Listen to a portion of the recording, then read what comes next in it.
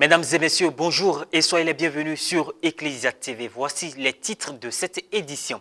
Œuvre de miséricorde corporelle des évêques catholiques ivoiriens ce samedi 21 mai à l'issue des travaux de leur 121e assemblée plénière.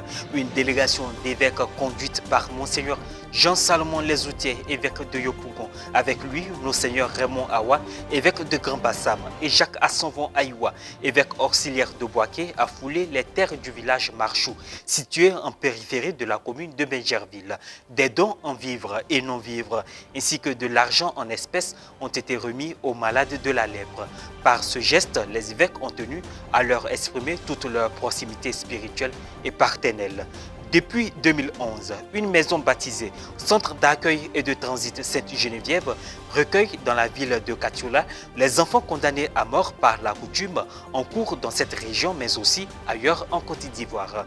Créé par l'abbé Germain Koulibaly Kalari, ce centre financé par des dons héberge aujourd'hui 16 jeunes pensionnaires, une initiative unique en Côte d'Ivoire. Le samedi 21 mai dernier, une délégation des évêques catholiques ivoiriens a procédé à des œuvres de miséricorde corporelle au village Marchou à l'issue de leur 121e assemblée plénière. Les évêques ont prié et imploré la grâce de Dieu sur les malades et les habitants, les invitant à être des signes de fraternité pour un monde meilleur, mais surtout à garder l'espérance en Dieu.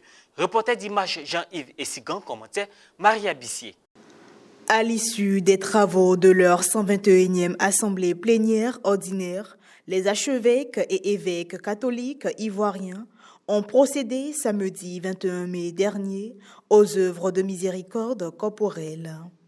Les prélats ont touché du doigt les réalités existentielles de plusieurs périphéries de la ville de Bingerville. À l'instar de l'hôpital psychiatrique et l'orphelinat de Bingerville, une délégation des évêques catholiques, composée de Monseigneur Jean-Salomon Lesoutier, évêque de Yopougon, Monseigneur Raymond Awa, évêque de Grand Bassam, et de Monseigneur Jacques Assonvon Aïwa, évêque auxiliaire de Boaké, s'est rendue au village Marchou, situé au bord de la lagune Ébriée.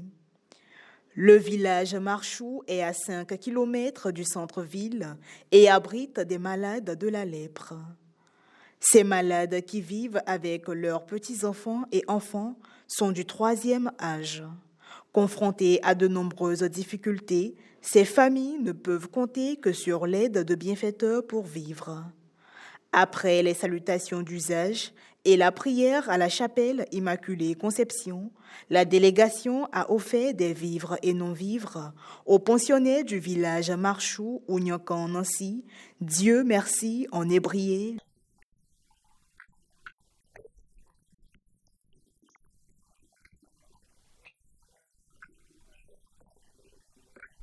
Le porte-parole des bénéficiaires a fait une brève historique du village et de l'Église catholique.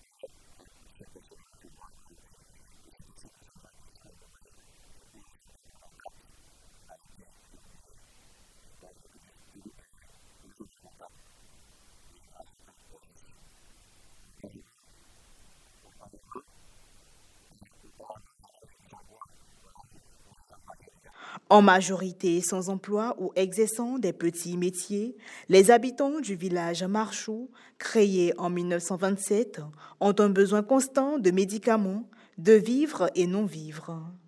Un acte très louable que pose l'épiscopat ivoirien.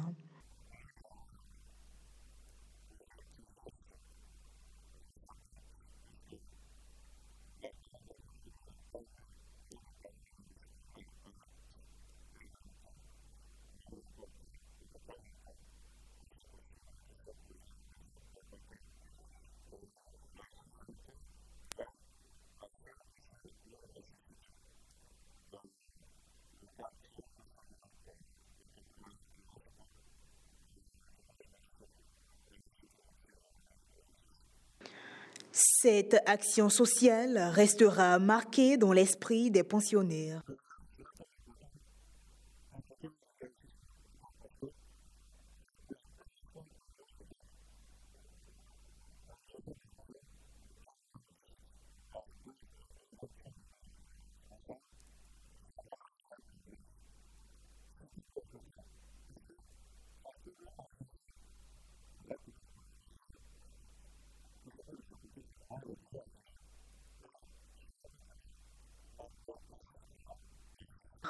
Des actions caritatives similaires sont posées chaque année par la Conférence des évêques catholiques de Côte d'Ivoire à la veille de la clôture de leur assemblée plénière.